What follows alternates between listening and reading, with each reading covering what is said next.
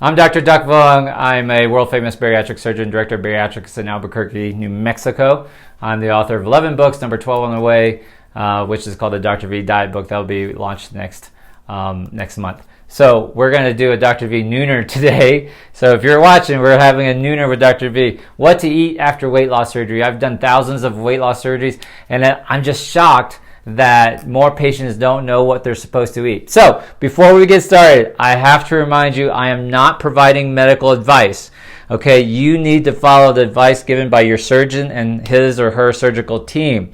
All right, don't take advice from some kooky dude on Facebook, okay, on social media. This is going to be a general overview. This is in keeping with what I usually teach my patients, but even my patients, sometimes I'll fine-tune this for them too. So you really want to follow the advice of your surgeon and their team, okay? This is not medical advice.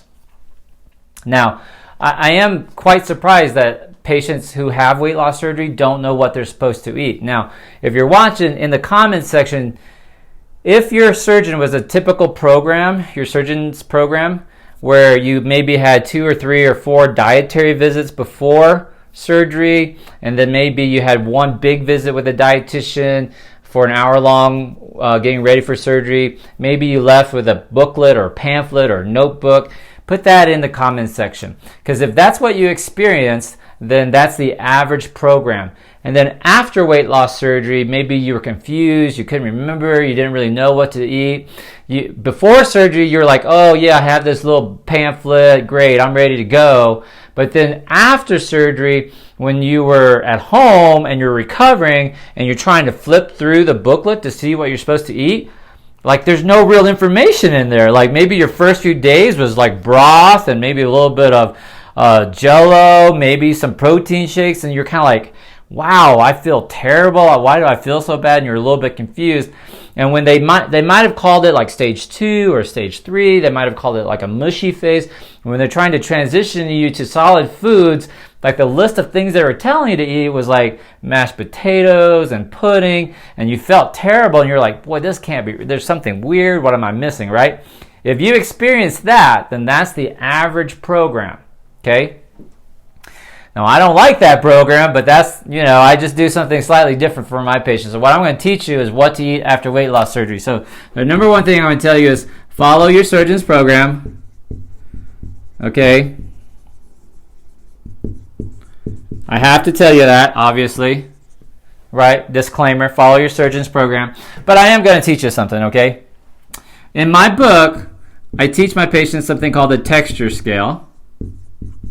And the texture scale is what I use to explain why, for example, beef doesn't go down for some patients, why it's hard to eat chicken, why you shouldn't eat beef. And I'm going to give you a brief overview of the texture scale, but that's in my book, so I'm not going to belabor that. I'm going to also talk about the transition after surgery and how that's tied into the texture scale, right? So if you're watching this and you're pre-op, you really need to get my book to kind of understand this. And then number 4 is long-term, because this is really the answer, right? You guys are all worried about, Dr. Vuong, what do I do long-term? So you're worried about calories, you're worried about things. I know a big thing all of you guys worried about is how much protein you're supposed. Amen. Give me some amens there. How much protein? You guys always want to. And then you're going to go, how the hell can I get all that protein in when, I can't even eat that much and I don't want to drink protein shakes, right? So that's the typical program is going to tell you about protein and protein shakes, and that's about it. And we're not going to do, I'm going to give you an alternative. Understanding this, you need to follow recommendations of the surgeon's program. Okay. Y'all got that? Sounds good? We're going to do this in 15 minutes. All right. Ooh, nice new eraser. All right. Awesome. Don't forget to get in on that $100 off coupon sale today. That's the pinned comment at the top, okay? So make sure you click on that and get going with that. Okay, what to eat after weight loss surgery. I need to frame this for you in the terms of my texture scale. And what I'll do is take the texture scale and try to apply it to the different stages where you're going through weight loss surgery. And then I'm going to mostly focus on long term because the people watching want to know what's happening long term. So my book right here, Ultimate Gastric Sleep Success, is on Amazon. And there's a section in here called the texture scale on page 63. So if you have a copy of the book, you can check this out. I'm going to rewrite this book this next year, but see, I have all this question and answer here on the texture scale. And the texture scale works regardless of your weight loss surgery. It works if you've had a bypass, a sleeve, a switch. It doesn't matter. It's how I teach my patients. And here it is in the appendix, page 186, 186, right there. I'll hold that up for you. That I created this, so your doctors aren't going to tell you about this because I came up with this idea, okay? And we're going to recreate it. But if you have your book, we can take a look at it. Let me make sure. There you go. You guys can screenshot that if you don't have a copy of the book right there. But let's go. So this is the texture scale. And please call it the Dr. V texture scale if you want to refer to it, since I actually I trademarked it. So here on the texture scale, you're going to put 1 and then 6. And in the middle, you're going to put 2, 3, 4, 5. So this is 1, 2, 3, 4, 5, 6. Okay? And all it is purely texture. You have to understand this texture to know what you got to eat after surgery. Does that make sense? And number 1 is going to be water. And number 6 is going to be steak. And what you're looking at is thinness to thickness. How thin? You can't get much thinner than water in terms of what you're putting in your mouth. So water, and then 6 is going to be steak. All right? So number 2, 3, 4, and 5, and we're progressing thicker textures. So over here, this is thin. This is thick. And all it is the texture of what you're eating. Does that make sense? It's the texture of what you're eating. Okay? Number 2, therefore, is going to be what we call mushy foods. Okay? We're going to name a few mushy foods. So your smoothies. I'm going to start with smoothies because, Dr. V loves the green smoothies, and the pureed soups. So if you make like a vegetable soup and you puree it, like butternut squash and apple is a phenomenal combination, and you puree that, you'll have a hot version of a smoothie. So these are Dr. V. I love these right here. Problem is, most other programs, when they're getting you over to the mushies, they'll tell you to eat things like pudding, mashed potatoes, boiled veggies, which is fine, right? Okay, etc. Your protein shakes. For a lot of y'all going through this transition phase, like you might have broth underwater also, for example. All right, so this is going to be your early phase. And we'll talk about mushies here in a little bit. So number 3 in the texture scale is fish plus soft veggies. We're going to come back and talk about this. Number 4 is shrimp and other seafood. Remember, you're only thinking about the texture of the food. Number 5 is chicken. And under chicken, you draw a rooftop. 2 types of chicken. Did you know that? 2 types of chicken meat. One's dark, which is thinner, and one is white, which is thicker. Now, why is white meat thicker than dark meat? Think about that. Because dark meat is juicier. It's got more juice on it, right? And white meat is dry, so it's going to be thicker. You're just thinking about the texture. Everyone's got to agree a drumstick is a lot softer than a dry piece of chicken breast. Is that true? Okay. So those are the categories. And chicken and other poultry. So all your ducks would go under here. All right. Pork would be about 5.5. So people go, Dr. Vuong, but where does pork go? Where does game meat go? It doesn't. I don't have to tell you because you can figure it out. You just think about it and you go, well, yeah, elk meat is kind of really lean, so like elk is going to go under here. Does that make sense? And duck is like really fatty, so duck meat is going to go under dark chicken. Does that make sense, y'all? And when you start to lay out your foods like this, you get to understand where am I supposed to eat? Okay, so some people go, well, what about salads? Well, it depends on the salad. See, salad is just a bunch of shit put together. So you have soft leafy greens, and then you've got things like romaine lettuce, which is hard and crunchy. That's not a soft food, right? If you do a salad, but you put tuna fish on there, that's very different than a salad with a piece of chicken on top. Does that make sense? So be careful when you say, where do salads go? That kind of irritates me. All right. So soft veggies, soft fruits, and all you're doing is thinking about the texture, right? Think about this. Now, you guys, some of you watching right now are about to have an aha. Ready for me? Ready? Because people go, well, what about carrots, Dr. Vuong? Where do carrots go? Well, what do you mean? Do you mean boiled carrots? Because boiled carrots are soft, right?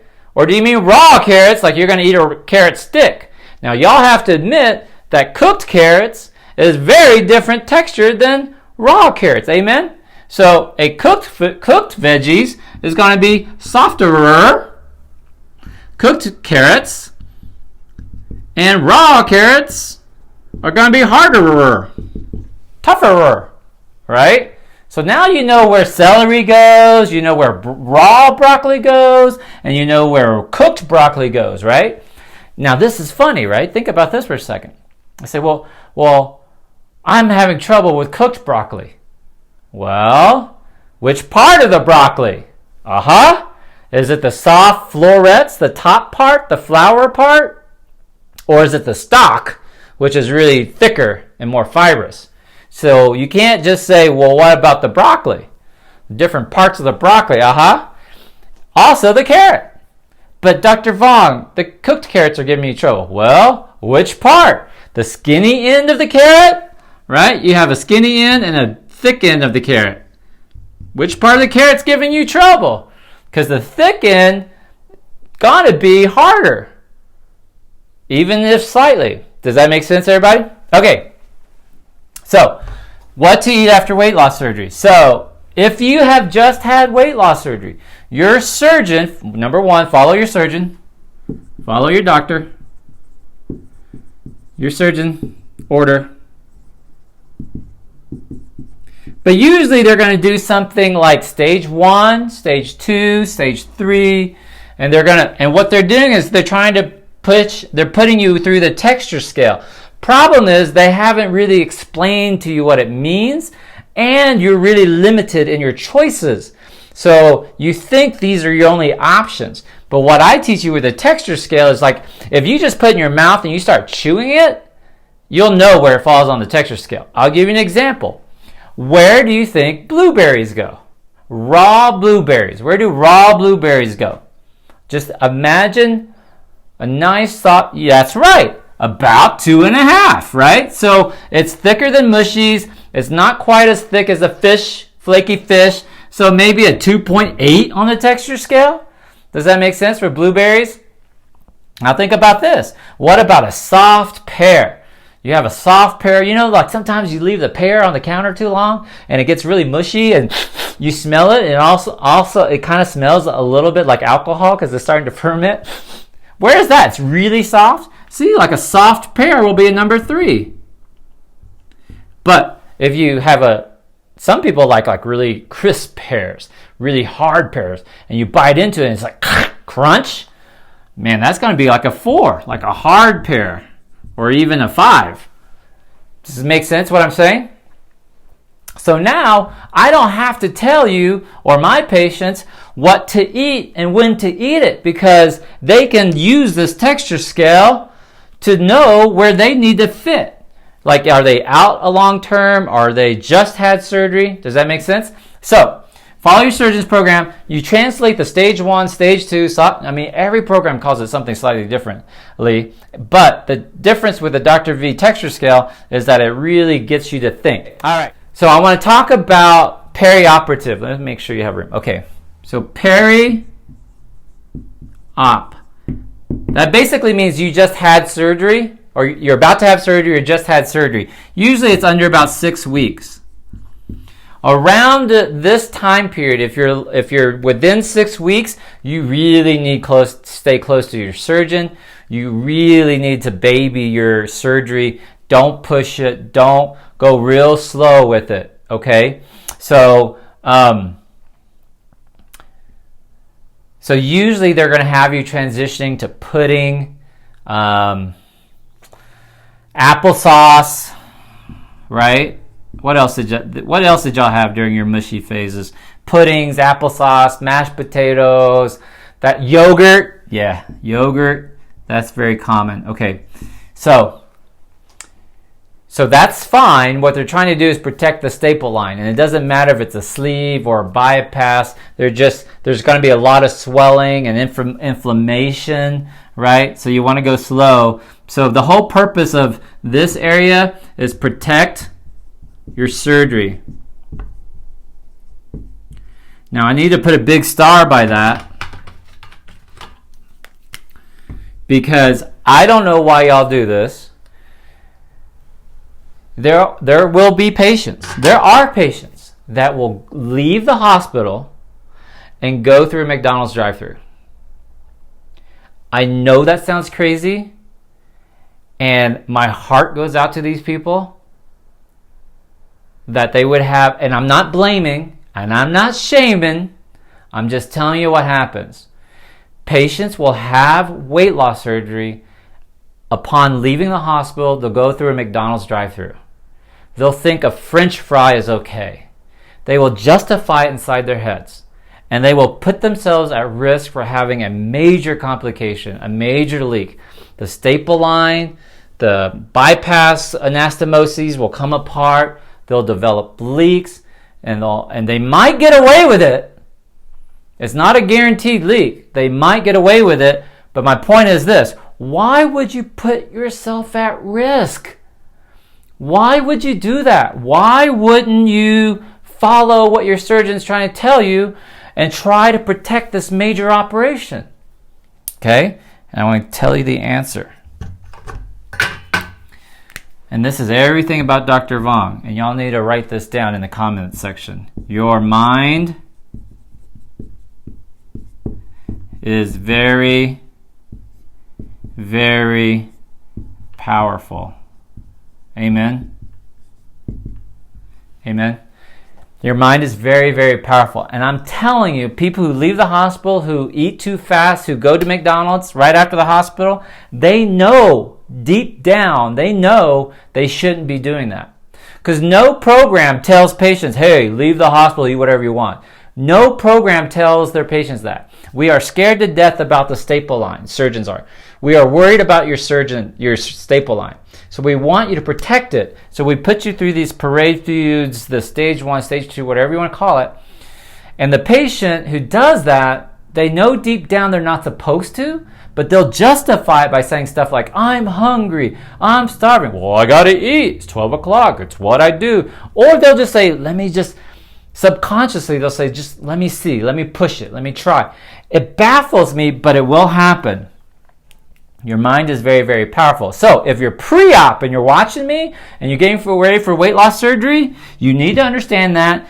Number 2, pull up your panties, man. Like, tough it up, buttercup. Like, protect your staple line. And if you aren't willing to go through your liquid phase, you're not willing that you should not have weight loss surgery. I am sorry. I am sorry you're 400 pounds and you're diabetic and you have high blood pressure and you think like, oh my God, I can't do this liquid phase. Do not have weight loss surgery. Do us all a favor. Do not have weight loss surgery because you got to have liquids after surgery. You're going to be on liquids after surgery. So if you can't do it pre-op, you're going to put yourself in harm's way. And I do not want to see that happen to you. Okay? I hope you're feeling it from my heart here. This is passionate. I'm not here to shame anybody, but you got to know this happens. People will leave the hospital and go have fast food. It's bizarre. Okay. I'm going to do a whole different talk on the mushy stage and the weight loss stall, but I want to move on to what you need to eat. Okay. And I'm going to focus on fish. And remember, every fish is different. You have to remember this, right? Because, like, for example, a tuna is really thick fish. You can't say, well, I had tuna and it got stuck. It's a really thick fish. It is almost like a shrimp or chicken phase. But like catfish or tilapia or trout, the white fishes that are often really flaky, that's where you want to go. Okay? And remember, soft fruits and veggies. So underneath fish, you can also have tofu. You can have, veggies. Beans would be fantastic. All right? And don't worry, I'll talk about your long-term and vegan options, all that sort of stuff too. Now, shrimp and other seafood. Now, why is shrimp thicker than fish? Answer, it's chewier. It's rubberier, shrimp is. Most people overcook shrimp, and so it becomes really rubbery. All right? Rubbery. Now, some of you guys are commenting and watching. They're saying, well, I can't eat this. I'm allergic to seafood. I'm allergic. I can't tolerate blah, blah, blah. Just because it's on the texture scale does not mean you need to eat it. All you're thinking about is the texture. That's all I'm teaching you. Does not mean you can eat it or try. Does not mean you need to eat it. Mean you must eat. That's really important for you to understand. This does not mean that you must eat it, okay? So some people are allergic to seafood. So it's shellfish. Fine, don't eat it. I get it. Don't eat it. All right, crab, mussel, scallops. Now, I am shocked by how many people have never had scallops, and they think it's gross, but they've never had it. It baffles me. Scallops are like golden nuggets of the ocean, man. They're so good. Not super expensive either, quite honestly. Okay, so your chicken, dark white, duck, this will be your pheasants, your quail, right? All your poultry. Turkey will go under here. Turkey breast is freaking dry, okay? Pork is under this like 5.5 area. Steak, elk. All right, now when I say steak, what do I mean? My patients know what I mean when I say steak. Filet Mignon. Why filet mignon? Anyone know? If you're going to eat steak, I want you to eat filet mignon. Why is that? Anyone know? Not because it's lean. Not because it's lean. That's not why. The reason why I want you to eat it, because it's the best cut. Best cut. And you're worth it. You can't eat it very often. And you can't eat very much of it when you eat meat. So why not get the best? Why would you put up with ground meat or ground chuck that's like tendons? See? And your excuse that you don't make enough money is pitiful. I love y'all. You have to remember, I'm an immigrant, so no one's been poorer than me. And if that wasn't bad enough growing up as a poor kid, I went broke as a surgeon. So I've been a broke surgeon grown up.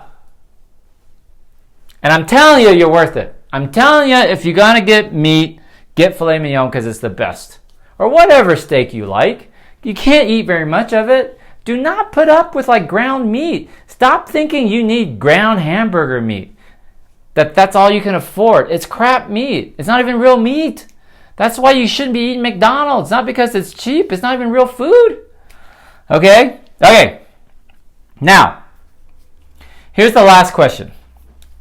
And we'll continue this conversation in my Sleeve Academy group. if you want to eat and be healthy, what area on the texture scale should you be eating most of the time? What area on this texture scale? Now, for those of you who are professional dieting people, and for those of you who've tried to lose weight in the past, most of you would say chicken. Chicken's healthy, Dr. Vuong. Chicken's diet food. Well, if that were the case, you guys would all be skinny. But you're not. So it can't be chicken, right? The answer is this. If you want to be healthy, you need to be around numbers 3 and 4, right? You're going to have your beans, your tofu, your fish, your soft fruits and veggies, your soft salads, your blueberries, your bananas, your strawberries, all the good stuff for you, your smoothies, your parade soups, right? All that stuff is here. And there's so much you can eat. There's so many different types of veggies and so many different types of greens you can cook up. So it's not just spinach. It's greens, it's turnip greens, it's kale, it's, all sorts of stuff. And it's not just one type of fruit. It's not just a banana. And it's not just watermelon. You can have all sorts of fruits and veggies. You can have your tofu. There's soft, medium, firm, extra firm tofu. It changes on the texture scale. Does that make sense? Your fish, your shrimp, your seafood.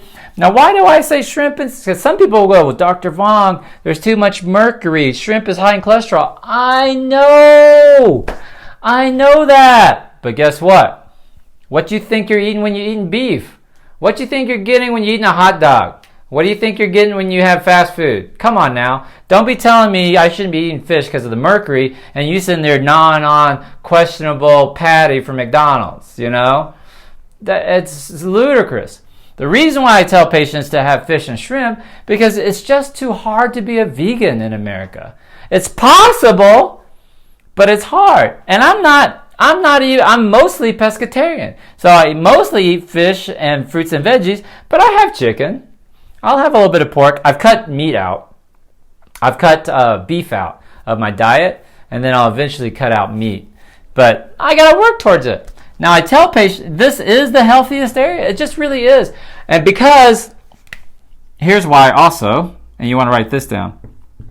It's sustainable long term. And that's the key.